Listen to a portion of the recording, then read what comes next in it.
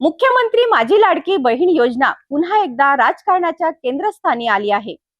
विरोधकांचा आरोप आहे की सरकारने तब्बल 92 लाख महिलांना योजनेतून अपात्र ठरवले, तर सरकारचा दावा आहे की नियम आणि तांत्रिक पडताळणीमुळेच काही अर्ज बाद करण्यात आले आहेत।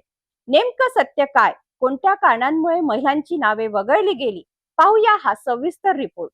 मुख्यमंत्री माझी लाडकी बहीण योजनेवरून राज्यात नव्याने राजकीय वाद निर्माण झाला आहे। राष्ट्रवादी काँग्रेस शरद पवार गटाच्या नेत्या रोहिणी खडसे यांनी सरकारवर जोरदार टीका करत आधी 80 लाख आणि आता आणखीन 12 लाख अशा एकूण 92 लाख महिलांना योजनेतून अपात्र ठरवण्यात आल्याचा आरोप केला आहे। योजनेचा खर्च वाढल्यामुळे सरकार आता महिलांना लाभ देण्यास टाळाटाळ करत आहेत का, असा सवालही त्यांनी उपस्थित केला। काही महिन्यांपूर्वी 80 लाख लाडक्या बहिणींना अपात्र करण्याचं काम सरकारच्या माध्यमातून झालं आणि गेल्या महिन्यामध्ये 12 लाख लाडक्या बहिणी अपात्र करण्यात आल्या। म्हणजे आता हा आकडा 92 लाख लाडक्या बहिणींना अपात्र करण्यापर्यंत पोहोचलेला आहे। सरकारमधले काही लोक सांगतात की लाडक्या बहिणींवरचा खर्च हा वाढलेला आहे, जो 26,000 कोटींपर्यंतचा होता तो आता 32,000 कोटींपर्यंत जाऊन पोहोचलेला आहे। म्हणजे जवळजवळ 7,500 कोटी रुपये हा लाडक्या बहिणींवरती केला जाणारा खर्च वाढलेला आहे, असं सरकारमधल्या काही लोकांचं म्हणणं आहे। माझं देवाभाऊ आणि शिंदे भाऊंना एकच विचारणं आहे की तुम्हाला आता लाडक्या बहिणींवरचा खर्च दिसायला लागलाय का? तुम्हाला आता लाडक्या बहिणी जड वाटायला लागल्या आहेत का? जिथे तुम्ही लाडक्या बहिणींचे सगळे लाड पुरवतात, त्यांच्या सगळ्या हट्ट पुरवतात, तिथे महाराष्ट्रातल्या माझ्या लाडक्या बहिणींवरचा खर्च काढण्या इतपत किंवा आता त्यांच्यावरती होणारा खर्च हा तुम्हाला जड वाटायला लागलाय का? आज लाडक्या बहिणींच्या पाठीशी खंबीरपणे उभे राहणारे लाडके दादा नाहीत, पण माझी सुनेत्रा वहिनींना विनंती आहे की महाराष्ट्रातल्या लाडक्या बहिणींच्या पाठीशी खंबीरपणे उभं राहण्याचं काम तुम्ही तरी करा। यावर महिला व बाल विकास मंत्री अदिती तटकरे यांनी स्पष्टीकरण देत सांगितले की लाभार्थ्याची नावे वगळण्यामागे ठराविक नियम आणि तांत्रिक पडताळणीची कारणे आहेत। मंत्र्यांच्या माहितीनुसार 60 लाखाहून अधिक महिलांनी वारंवार मुदतवाढ देऊनही ई-केवायसी प्रक्रिया पूर्ण केली नाही। तसेच पडताळणी दरम्यान अनेक कुटुंबाचे वार्षिक उत्पन्न योजनेच्या निकषांपेक्षा जास्त असल्याचे आढळून आले।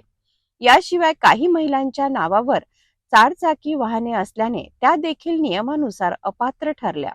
दरम्यान बीड जिल्ह्यात 28 लाख महिला अपात्र झाल्याची चर्चा पूर्णपणे चुकीची असल्याचे अदिती तटकरे यांनी स्पष्ट केले। जिल्ह्याची एकूण लोकसंख्या लक्षात घेतल्यास असा दावा वास्तवाशी सुसंगत नसल्याचे त्यांनी सांगितले। सरकारने स्पष्ट केले आहे की सर्व पात्र महिलांना योजनेचा लाभ मिळणार असून तांत्रिक अडचणी असलेल्या अर्जाची क्रॉस व्हेरिफिकेशन प्रक्रिया सुरू आहे। साधारणपणे 2025च्या ऑगस्टमध्ये आपण ई-केवायसीची प्रक्रिया सुरू केली आणि त्या ई-केवायसीच्या प्रक्रियेमध्ये आपण 6 महिन्याची मुदत, पहिल्या कालावधीमध्ये 1 महिना, नंतर आणखी विनंती आली, आणखीन 2 महिने, त्याच्यानंतर आणखीन 2 महिने आणि मग शेवटचा डिसेंबर 31 पर्यंत आपण ई-केवायसीची मुदत दिली होती।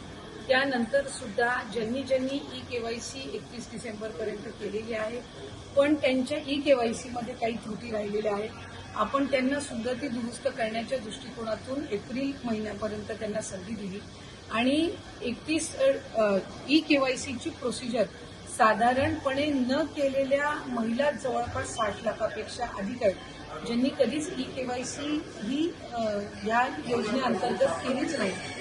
त्यानंतर इन्कम टॅक्सचा जो डेटा आहे तो साधारणपणे 5 लाख आणि त्याच्यानंतर ई-केवायसी करत असताना आणखीन 9.5-10 लाखाचा जो डेटा आहे तो त्याच्यामध्ये त्यांचं जे आर्थिक उत्पन्न आहे त्यांच्या घरातल्या म्हणजे पतीचं असेल किंवा वडिलांचं असेल हे त्या ठिकाणी ई-केवायसी मध्ये आढळून आलं।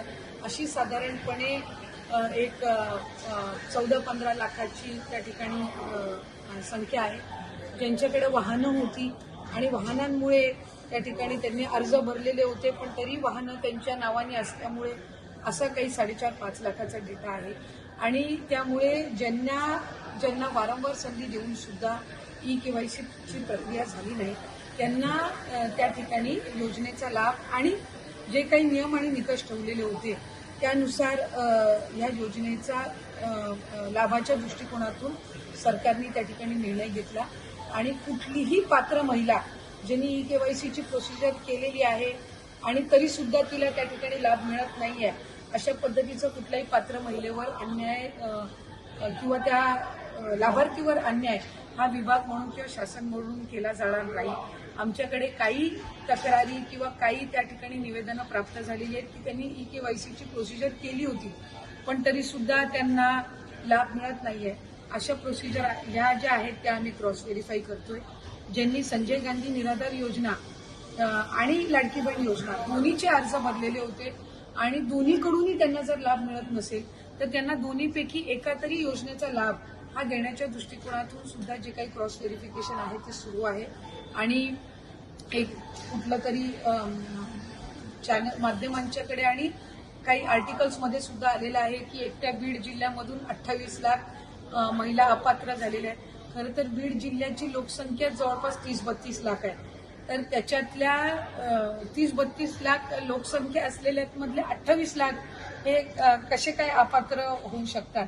त्यामुळे कुठे ना कुठेतरी जी काही बातमी आहे किंवा जो काही डेटा आहे त्याच्यामध्ये काही तथ्य नाही. बीड जिल्ह्यामध्ये साधारणपणे रजिस्ट्रेशनमध्येच जवळपास रजिस्ट्रेशन करतानाच 6-6.5 लाख काहीतरी रजिस्ट्रेशन होतं आणि त्याच्यातल्या पात्र ठरलेल्या या सुमारे 4 का 4.5 लाख महिला आहेत आणि त्यांना लाभ हा सुरू आहे. लाडकी बहीण योजनेवरून सरकार आणि विरोधकांमध्ये आरोप प्रत्यारोप सुरू असतानाच लाखो महिलांच्या मनात एकच प्रश्न आहे, आपले नाव लाभार्थी यादीत राहणार की वगळले जाणार. आता सरकार पडताळणी प्रक्रिया किती लवकर पूर्ण करते आणि पात्र महिलांना लाभ कधी मिळतो याकडे संपूर्ण महाराष्ट्राचे लक्ष लागले आहे. या विषयावर तुमचे काय मत आहे आम्हाला कमेंट करून नक्की सांगा.